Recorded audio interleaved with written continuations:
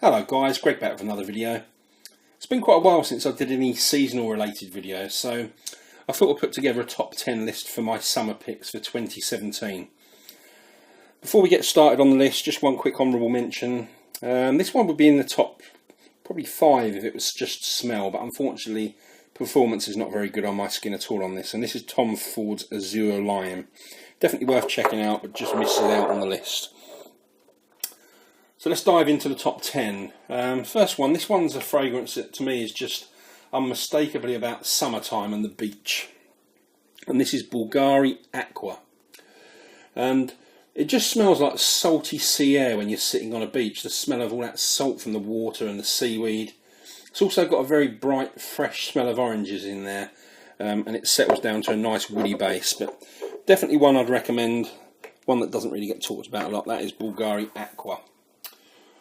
Number 9, and this one really doesn't get talked about a lot, and probably about because of the price of it. It is expensive, but this list isn't based on price or affordability. And this one's from Clive Christian, and it's called 1872 for men, and the cost is actually £225 for 50ml on this. So as I said, it is expensive. I actually discovered this one when I was in Harrods with some YouTube friends that most of you guys will know. So Chad, Neela, Wasim from Handsome Smells, Smurfy Girl, Mr. Smelly, Raj, and Prince Ty, who's not done any videos for a long time. But the essay in the Clive Christian boutique in Harrods was actually getting people to try the woman's version of this, which is equally as good and actually quite unisex. But I thought I'd give the men's version a try, and it was an instant love for me, this one. And it starts out with a blast of grapefruit and lime. It's very green, it's spicy and herbaceous. It's got a floral phase, it's got a woody phase. Actually quite hard to describe the fragrance because it's so well blended, and picking out individual notes is difficult. But for a summer scent, this is borderline beast mode for me. Don't be put off by the pretty green bottle or the fact that it's a citrus-based scent. This thing really does pack a punch, and it lasts all day as well. So that's 1872 for men by Clive Christian. Number 8, we've got one from the house of Le Labo. And this one, in the huge bottle, is Bergamot 22. Yeah, it's a citrus vetiver musk fragrance. It's got a very soapy, clean, neroli and orange blossom running through it as well. Stunning smelling fragrance, but this one does sit a little bit close to the skin for me. So we'll put that there for now. Might have to move that if there's not enough room. Number 7, one from the house of Bond number 9, and this is Bleecker Street. Now this has got a big dose of one of my favourite notes in perfumery, and that's violet leaf. And violet leaf smells very different to violet flower. The violet flower itself smells more like the Parma violet sweets that you get. Not sure if any of you guys outside of the UK will know those sweets, but that's what the flower smells more like. But the leaf can give off various different aromas, but usually it's either kind of a grassy smell or a watery cucumber smell. And violet leaf's present in 2 of my all-time favourite fragrances, which is Fahrenheit and Gucci Pour Homme 2. But along with that beautiful violet leaf in here, Bleecker Street's got a very unique blueberry note. It's got some vanilla, there's some cedar in here, and it dries down to quite a mature type of smelling oak, moss and patchouli base. But it's one of the top 2 or 3 fragrances from Bond number 9 in my opinion. That's Bleecker Street. So number 6, one of the best bang for buck fragrances that I've ever come across. It's like an improved version of what is the best selling men's fragrance of the past 20 years. It's an improved version of Armani's Acqua di Gio in my opinion, and this is called Periellis 360 Red.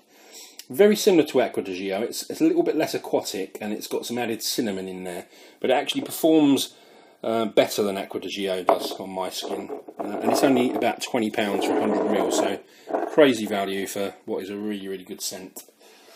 Number 5, I've actually got 2 fragrances because they're very similar and they're hard to split. They're both expensive for what are quite simple fragrances, but they're both excellent in my opinion. So we've got Tom Ford's Neroli Portofino, and then we've got Frederic Malle's Cologne Indélébile. Essentially, they're both very clean, fresh, out of the shower, neroli musk scents. There's a lot of fragrances that do kind of a similar job to these 2 that are a lot cheaper, but I'm yet to find any really that do it as well as these 2, and that's why they're so high up on this list. So that's Neroli Portofino and Cologne Indélébile. And at number 4 we've got probably the exception to that rule, meaning that this fragrance is similar to these two that I've just mentioned. It's as good as these two, but it's far cheaper. It's not a clone, it just shares similarities. And this one is from Thierry Mugler, and it's called Mugler Cologne. And I actually prefer this to the other two that I mentioned. This again is a soapy, neroli musk fragrance. It smells much closer to Creed's original vetiver than it does to the other two, but it does have similarities.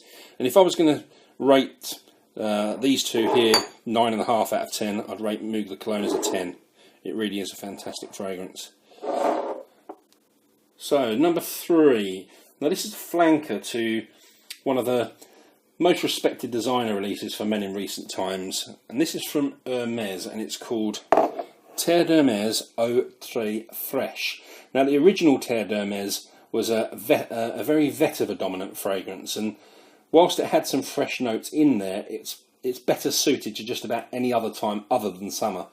The Eau Très Fraîche version that we've got here, it's taken out that very earthy vetiver. It's ramped up the citrus, and they've added some aquatic notes and some geranium, which together give it a very fresh, clean feel. It's still very clearly the brother of the original, but it's a fresher, uplifting, zesty version, and it works perfectly in the summer. So that is Terre d'Hermès Eau Très Fraîche. 2 to go. Number 2, this is the only one from this house that I would pay full price for, I think. It's from Serjoff, and this is called Neo. Excuse the sticker on the top here. Now this is a bergamot, neroli and vetiver scent. It's very fresh, it's beautiful, but it's also quite dense and quite strong. So I'd recommend going quite easy on the trigger in the really hot days with this one.